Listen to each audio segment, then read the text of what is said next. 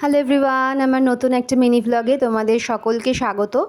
তো আমি তো গতকাল থেকে ইন্টারমিটেন্ট ফাস্টিং শুরু করেছি। অ্যাকচুয়ালি এটা আমি করছি হচ্ছে একটু ফ্যাট বার্নের জন্য। আমি কিছুটা ওয়েট লস অলরেডি করে ফেলেছি, কিছুটা ফ্যাট বার্ন করার দরকার আছে, সেই জন্য ভাবলাম একটু ইন্টারমিটেন্ট ফাস্টিংটা করি। আবার আমি আগেও করেছি, আবার নতুন করে স্টার্ট করলাম। তো সেই জন্য সকালবেলা উঠে ফার্স্টেই যেটা খেয়েছিলাম সেটা হচ্ছে জিরে, মৌরি আর জোয়ান ভেজানো জল। তারপরে খেয়েছিলাম একটু চা, লিকার চা, কারণ কোনো রকম ক্যালোরিযুক্ত খাবার ফাস্টিংয়ের টাইমে খাওয়া যায় না।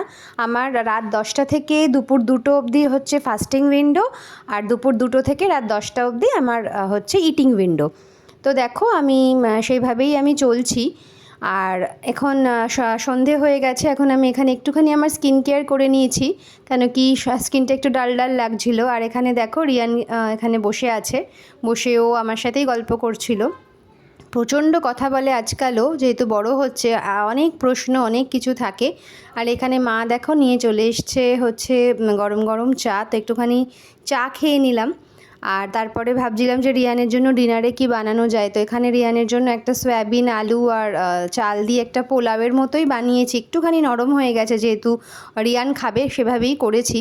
তো এটা কিন্তু খুব সুন্দরভাবে খেয়েছে। তো রিয়ানের ডিনার হয়ে যাওয়ার পর আমরাও আমাদের ডিনারটা করে নিলাম। ডিনারে আজকে ছিল হচ্ছে রুটি, এঁচোড়ের তরকারি আর আচার। আর এরপর হচ্ছে গরমের স্পেশাল আম। আমার তো ভীষণ ভীষণ ফেভারিট। তোমাদের কাদের কাদের ফেভারিট অবশ্যই জানিও। আর ইন্টারমিটেন্ট ফাস্টিংয়ের ব্যাপারে তোমরা যদি আমার থেকে আরও কিছু জানতে চাও অবশ্যই কমেন্ট করো। আর what I eat in a day video কিন্তু আমি শেয়ার করছি।